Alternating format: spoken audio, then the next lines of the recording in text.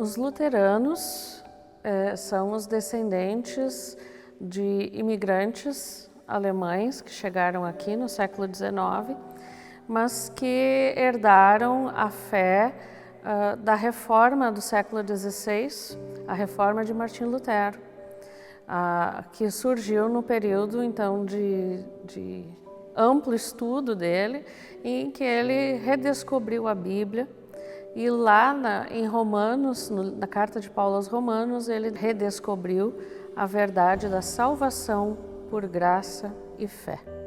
Então nós somos salvos pela graça de Deus, mediante a fé em Jesus Cristo. E nós buscamos viver essa fé, então, a partir desde do século XVI em nossas comunidades, de diferentes maneiras possíveis. E temos, juntamente com a igreja, a educação. Por isso que também aqui nós temos a escola ao lado da comunidade. Aliás, a nossa comunidade aqui surgiu no mesmo dia que a escola.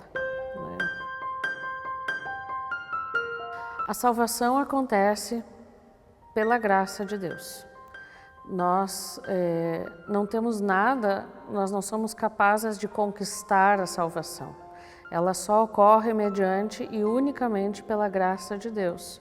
Mas nós reconhecemos isso mediante a fé em Jesus Cristo. E uma vez que a gente reconhece os atos salvíficos de Cristo, nós vamos ter uma maneira de viver essa fé no nosso dia a dia, no nosso cotidiano, né? Nós, luteranos, temos 4 pilares no nosso jeito de ser. Então, somente Cristo é a nossa salvação, é o nosso mediador. Somente a graça de Deus é que nos salva. Somente a Escritura é que traz a revelação sobre Deus, sobre este Cristo, sobre esta graça. E somente a fé que abre os nossos olhos para essas verdades. Então a fé, ela tem a ver com a maneira como nós nos posicionamos eticamente no mundo. Lutero tinha uma fala que também herdou de Agostinho, porque ele era um frei agostiniano. Nós temos que orar como se todo o trabalho fosse inútil e trabalhar como se toda oração fosse em vão.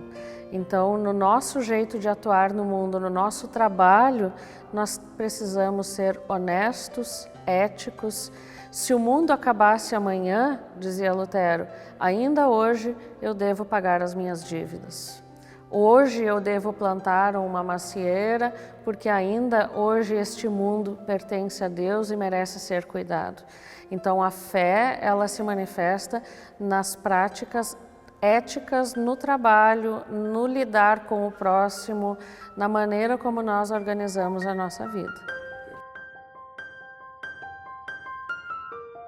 Realmente, muito do sentido tanto de Natal como de Páscoa tem se perdido na nossa sociedade e é um desafio para o povo cristão das diferentes igrejas a afirmarem a fé na ressurreição.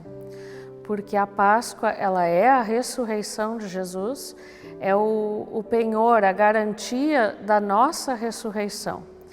E essa lógica é diferente da lógica do mundo, porque no mundo, todo mundo sabe que a gente vai morrer e uma vez que está morto, não tem como voltar.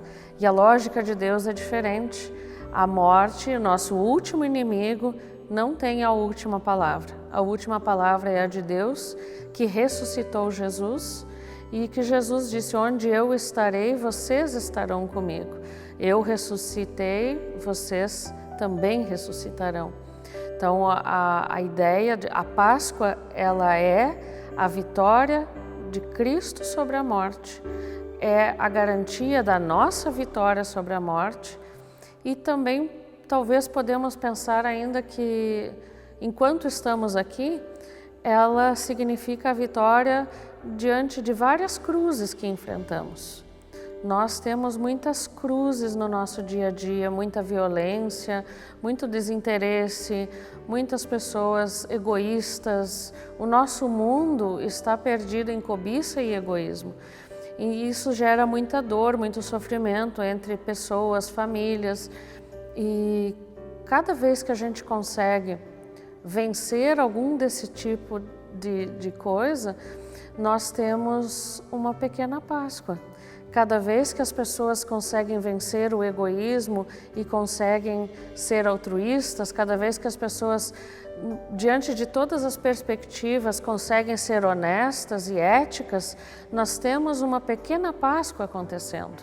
Então, a grande Páscoa é a ressurreição e ela é uma palavra de esperança para as pequenas Páscoas que acontecem no nosso dia a dia, mediante os olhos da fé.